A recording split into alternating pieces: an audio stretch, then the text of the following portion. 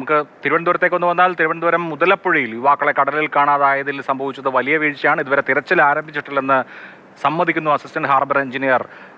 Rescue boat എത്തിക്കൊണ്ടിരിക്കുന്നതേ ഉള്ളൂ എന്നാണ് വിശദീകരണം. വള്ളം മറിഞ്ഞ അപകടം ഉണ്ടായിട്ട് 14 മണിക്കൂർ പിന്നിടുന്നു. കോസ്റ്റൽ പോലീസ് സ്റ്റേഷൻ മുമ്പിൽ വലിയ പ്രതിഷേധമാണ് ഉണ്ടായിട്ടുള്ളത്. ഇന്ദുലേഖ വിവരങ്ങളുമായി. ഇന്ദുലേഖ, അവിടെ ഹരിദാസ് MLA അടക്കമുണ്ടല്ലോ, എന്താണ് അവിടെ സംഭവിക്കുന്നത്?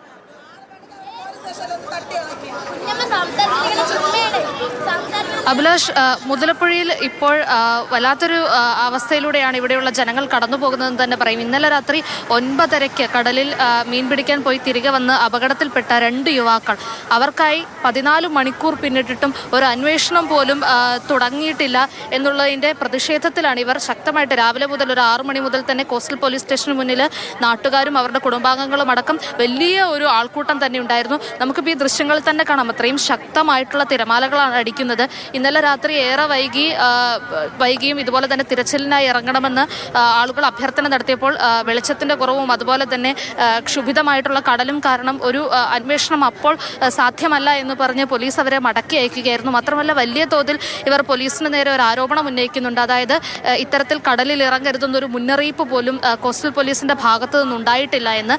അതിനുശേഷം രാവിലെ പ്രതിഷേധം ശക്തമായപ്പോഴാണ് രമ്യാദാസ് MLA അടക്കമുള്ളവർ ഇവിടെ എത്തി ഏതെങ്കിലും തരത്തിൽ രക്ഷാപ്രവർത്തനം നടത്താൻ സാധിക്കുമോ, അല്ലെങ്കിൽ അവരെ തിരഞ്ഞിറങ്ങാൻ സാധിക്കുമോ എന്ന് ഉള്ള ഒരു ചർച്ച നടത്തിയത്.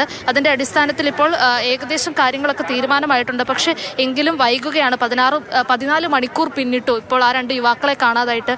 എന്താണ് ഇനി മുന്നോട്ടൊരു നടപടി? ഇപ്പോഴും ഒരു അന്വേഷണത്തിനായി നമുക്ക് ഇറങ്ങാനുള്ള കോസ്റ്റ് ഗാർഡിന് ഈ തിരമാല ഭേദിച്ചിട്ട് അങ്ങോട്ട് പോയി തിരയാൻ പറ്റുന്നില്ല. കാരണം ഇപ്പം നിങ്ങൾ തന്നെ കാണുന്നുണ്ടല്ലോ, നമ്മുടെ ഇതിൻ്റെ ഇവിടെ തന്നെ നിൽക്കുകയാണ്. അതേപോലെ വിഴിഞ്ഞത്തുനിന്ന് ഏകദേശം 1.5 മണിക്കൂറിലധികമായി അവിടെ നിന്ന് കോസ്റ്റ് ഗാർഡിൻ്റെ സംവിധാനം ഇങ്ങോട്ട് പുറപ്പെട്ടിട്ട് അവർക്ക് ഇപ്പോൾ കുറച്ച് നേരം വരെ അവരെ നമുക്ക് ഫോണിൽ കിട്ടിയിട്ടുണ്ടായിരുന്നു. ഇപ്പം ആ സിഗ്നലും കാണിക്കുന്നില്ല, അവരെ വിളിച്ചിട്ട് റീച്ച് ആകുന്നില്ല.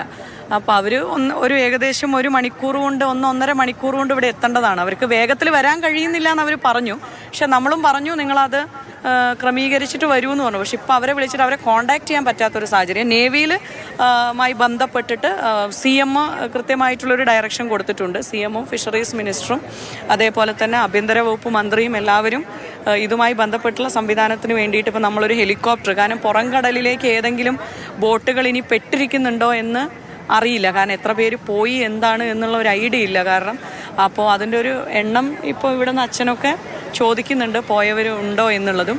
അതോടൊപ്പം തന്നെ അത് പരിശോധിക്കുന്നതിന് വേണ്ടിയാണ് ഇപ്പോൾ കൊച്ചിയിൽ നിന്ന് നേവിയിൽ നിന്ന് നമ്മളൊരു ഹെലികോപ്റ്റർ നമ്മൾ ആവശ്യപ്പെട്ടിരിക്കുന്നത്.